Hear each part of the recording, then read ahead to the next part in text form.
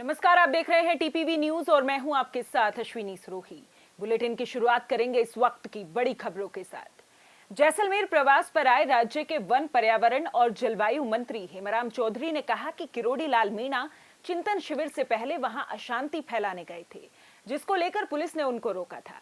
चौधरी ने ये बयान कलेक्ट्रेट सभागार में पत्रकारों के सवालों के जवाब देते हुए दिया। उन्होंने कहा कि अशांति फैलाने के अलावा बीजेपी का कोई काम नहीं रहा। चाहे कोई लोकसभा या राज्यसभा सांसद हो, कानून अपना काम करता है। धौलपुर में पुलिस कांस्टेबल की भर्ती परीक्षा शुरू होने से पहले एक अजीब नजारा देखने को मिला, जहां भरतपुर से आई एक परीक्षार्थी को समय पर न पहुंचने के कारण पेपर देने से रोक दिया गया। इसी बात को लेकर परीक्षार्थी लड़की विद्यालय के समीप दीवार पर जाकर खड़ी हो गई। इसे देखकर सभी सुरक्षाकर्मी और वहां खड़े परीक्षार्थियों में हड़कंप सा मच गया। सभी लोगों ने लड़की से दीवार से नीचे उतरने की अपील की। काफी देर समझाइश के बाद यातायात कर्मियों ने बड़ी मुश्किल से लड़की को दीवार से नीचे उतारा। नाम राधा कुमारी है, मैं भरतपुर से पेपर देने आई हूँ। यहाँ सेंटर का नाम दूसरा दे रखा है, कॉलेज का नाम दूसरा दे रखा है। 1.5 घंटे से हम बोल रहे हैं, हमें कॉलेज स्कूल नहीं मिला। यहाँ पता करके पहुँचे, हम 2 मिनट लेट हुए हैं। इन्होंने गेट लगा लिया और कई सारी लड़कियाँ थी बेचारी रो रो के परेशान होकर वापस अपने घर चली गई हैं। इन्होंने गलत नाम दे रखा है, हमारी क्या गलती है इसमें? पुलिस वालों ने भी घुसने नहीं दिया यहाँ। और 100 नंबर पे फ़ोन किया, 100 नंबर वाले पुलिस वाले फ़ोन ही नहीं उठा रहे। बात कराएं तो बात भी नहीं की इन्होंने। अजमेर के पुष्कर के कानस गांव में जंगल में एक अधेड़ व्यक्ति का शव मिला है। एसआई भोपाल सिंह ने बताया कि फोन पर सूचना मिलने पर पुष्कर पुलिस मौके पर पहुंची। जानकारी के अनुसार शव पर चोट के गहरे निशान हैं। प्रथम दृष्टया पुलिस का कहना है कि व्यक्ति को मारकर जंगल में फेंका गया है। फिलहाल शव को मोर्चरी में रखा गया है। पुलिस मामले की जांच कर रही है।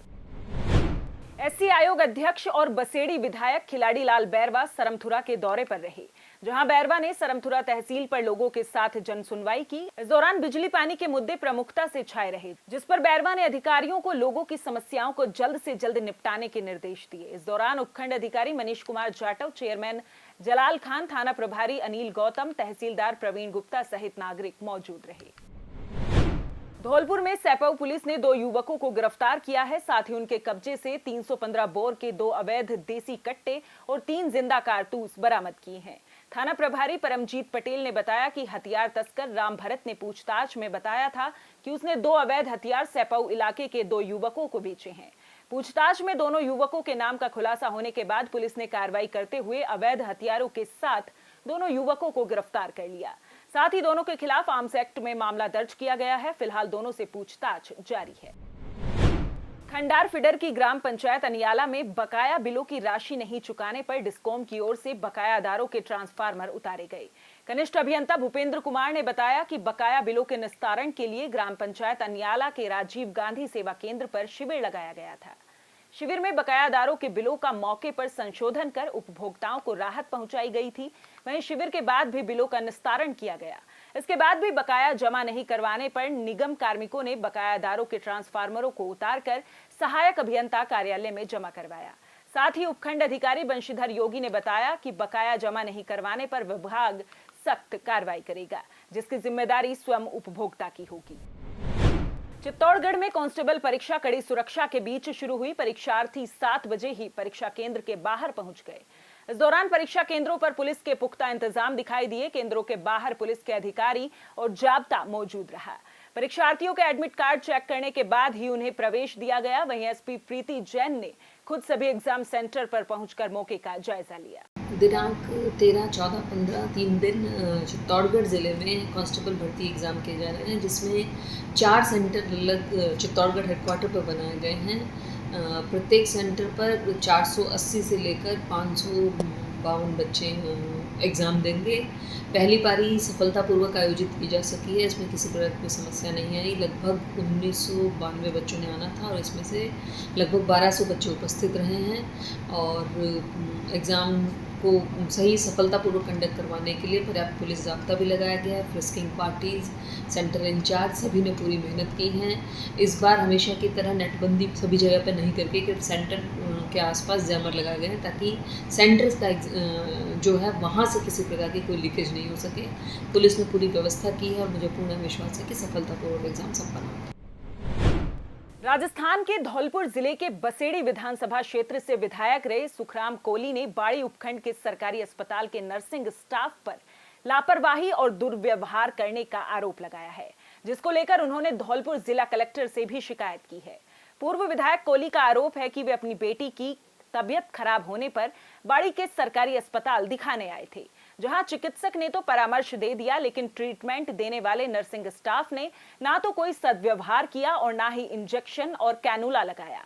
कैनुला लगाने और बोतल चढ़ाने के लिए अस्पताल के सफाई कर्मी कार्य करते दिखे तो पूर्व विधायक भड़क गए और उन्होंने जिला कलेक्टर राकेश जायसवाल को फोन लगा दिया, जिसके बाद कलेक्टर के निर्देश पर बाड़ी तहसीलदार गिरधर मीणा अस्पताल पहुंचे तो उनके पहुंचने का भी नर्सिंग स्टाफ में कोई असर नहीं दिखा, जिसके बाद पूर्व विधायक अपनी बेटी को अस्पताल से लेकर निजी अस्पताल पहुंचे। पूर्व विधायक ने कहा कि आज मैं सक्षम हूं, अपनी बेटी का कहीं भी इलाज करा सकता हूं, लेकिन जो लोग गरीब हैं और डांग क्षेत्र से काफी दूरी तय करके सरकारी अस्पताल पहुंचते हैं, उनके साथ क्या बीतती होगी ये समझ से परे है। ऐसे में बाड़ी के सरकारी अस्पताल की अव्यवस्था को लेकर प्रशासन और सरकार दोनों को ध्यान देना चाहिए। कैसे लगा रहे हो तू? नहीं, कैसे लगा रहे हो तू इंजेक्शन में? बता। अब बाल लगा रहे हो ना तू? अब बोतल कैसे लगा रहे हो तू? नर्सिंग कौन है? पहले अपना परिचय थे। चपरासी है ना? कौन सी हॉस्पिटल जई में ना? किसके कहने पे यहाँ लगा रहा था तू बोतल? है कंपाउंडर ने कही? कौन सी कंपाउंडर नाम बता? ये दोनों थे ना? हाँ, ये बाड़ी हॉस्पिटल की व्यवस्था है जहाँ पर एक 4th क्लास यहाँ इंजेक्शन लगा रहा था। यहाँ पेशेंटों की लाइन लगी हुई है, वहाँ से निकलते नहीं ये लोग। देखो कितनी सारी भीड़ है। भाई साहब, क्या स्थिति है यहाँ की? स्थिति ऐसी है कि मतलब ये लोग करते रहते हैं बेचारे, और वो तो देखो ये भीड़ है, ये उन लोगों की भीड़ है कि जहाँ पे ये कंपाउंडर की जगह पे कंपाउंडर वहाँ पे ऑफिस में बैठे हुए हैं आराम से, और ये 4th क्लास यहाँ पे इंजेक्शन लगा रहा है। ये था कि मेरे परिवार में शादी थी मेरी भांजी की, और 2-3 दिन से बच्ची की कल से ज़्यादा तबीयत खराब हो गई थी, वो बेहोश हो जाती थी। आज सुबह लगभग 8:30 सवा 8 के आसपास में बाड़ी हॉस्पिटल में दिखाने आया था, और अब बच्ची को डॉक्टर साहब ने देखा और डॉक्टर साहब के सामने ही मेरी बच्ची बेहोश हो गई। डॉक्टर साहब ने कहा कि आप ऐसा करो, इसको भर्ती कराओ। मैं पर्ची बना करके जब उनके पास गया नर्सिंग स्टाफ के पास सामने, तो मैंने उनसे बोला मैं सुखराम कोली और मेरी बच्ची बीमार है, आप इसे भर्ती कर लो। तो उन्होंने कहा तुम सुखराम कोली तो मैं क्या करूँ, वहाँ लगवा लो। जब मैं वहाँ गया तो वहाँ मुझे नहीं लगता कोई वहाँ स्टाफ था। एक 4th क्लास था या स्वीपर था, वो मरीजों के कैनुला लगा रहा था और इंजेक्शन लगा रहा था। उसे देख करके मुझे बहुत अजीब सा महसूस हुआ कि जब इतना बड़ा हॉस्पिटल है और इतने बड़े हॉस्पिटल नर्सिंग स्टाफ वहाँ चुपचाप बैठा हुआ है, और यहाँ एक 4th क्लास और जो क्या स्वीपर है वो वहाँ पर इंजेक्शन लगा रहा था। इसे देख करके मेरा बहुत हुआ, और मैंने इस पूरी चीज़ों को कलेक्टर साहब से अवगत कराया। कलेक्टर साहब, इस तरह का यहाँ चल रहा है, जो एक वार्ड का स्वीपर है वो इंजेक्शन लगा रहा है, ये बहुत गलत है। ये चीज़ें मुझे बहुत बुरी लगी, क्योंकि देखो मैं तो एक ऐसे परिवार से हूँ कि मैं अपनी बच्ची को कहीं भी दिखा सकता हूँ। अगर यहाँ इलाज नहीं होगा, मेरी प्रायोरिटी पहले सरकारी हॉस्पिटल होती है। अगर सरकारी हॉस्पिटल नहीं भी सही होता है तो मैं कहीं भी दिखा सकता हूँ, परंतु उस गांव से जो इतनी 48-49 के आसपास टेम्परेचर चल रहा है, और वहाँ से पैदल चल करके ट्रैक्टरों में बैठ करके यहाँ इस हॉस्पिटल में आते हैं, वो आकर के वो ये आशा लेके आते हैं कि हमें इस हॉस्पिटल में इलाज मिलेगा। तो जब मेरे साथ इस तरह का हुआ है तो उस गरीब आदमी के साथ क्या होता होगा, ये बहुत गलत है।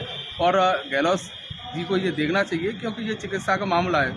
ये चिकित्सा का मामला सामान्य जनता से जुड़ा हुआ है। जो बड़े लोग हैं, पैसे वाले हैं, वो तो कहीं किसी भी मल्टी हॉस्पिटल में दिखा सकते हैं, परंतु जो गरीब है, किसान है, मजदूर है बेचारा, वो कहाँ दिखाएगा। ये जो चिकित्सा व्यवस्था है ये पूरी तरह से चरमराई हुई है। और यहाँ पर मैंने कलेक्टर साहब को अवगत कराया, SDM साहब भी अवगत कराया मैंने उसको, और उसके वीडियो फुटेज बना करके मैंने उनको भेजी हैं। और ये चिकित्सा व्यवस्था में सुधार होना चाहिए। ये जिस तरह से ये चल रहा है, ये गहलोत साहब को देखना चाहिए। बाड़ी उपखंड के गांव कंचनपुर में अस्पताल के पास रहने वाले मुन्ना के घर अचानक अज्ञात कारणों से आग लग गई। सूचना मिलने पर फायर ब्रिगेड मौके पर पहुंची और आग पर काबू पाया, लेकिन जब तक दमकल पहुंची तब तक घर में बंधी 2 भैंस जिंदा जल गई और भूसा सहित घरेलू सामान जलकर राख हो गया। बूंदी में पिछले 2-3 साल से बारिश के समय में बाढ़ जैसे हालात उत्पन्न हो रहे हैं। बूंदी शहर के जेत सागर से जुड़े नाले पर अतिक्रमण होने के चलते नाला ओवरफ्लो होता है। इसके चलते कई कॉलोनियों और सड़क मार्गों के अवरुद्ध होने के साथ ही मकानों में पानी भर जाता है और कई मकान और कॉलोनियां तो जलमग्न हो जाती हैं। इसी को लेकर संघर्ष समिति और कॉलोनी के बाशिंदों ने जिला कलेक्टर को ज्ञापन सौंपते हुए अतिक्रमण को 8 दिन के भीतर हटाने का अल्टीमेटम दिया है। अगर 8 दिन में प्रशासन और नगर परिषद किसी प्रकार का कोई कदम नहीं उठाता है तो और भी उग्र आंदोलन करने की चेतावनी संघर्ष समिति ने दी है। लगातार 4 वर्षों से जैत सागर नाला अतिक्रमण मुक्ति अभियान संघर्ष समिति बूंदी को बाढ़ के पानी से बचाया जाए और इसका एकमात्र कारण 72 फुट चौड़ा लंबा गहरा जो जैत सागर नाला है उसको अतिक्रमण दर अतिक्रमण नाली बना दिया गया है, जिसके कारण पानी की साफ आवक नहीं हो पाती। सुगमता से आवक न होने के कारण घरों में 8-8, 10-10 फीट पानी रहता है। एक बहुत बड़ा भूभाग इससे प्रभावित होता है। तो आज हम कलेक्टर साहब से मिले हैं कि हम लगातार 4 वर्षों से आंदोलन थे।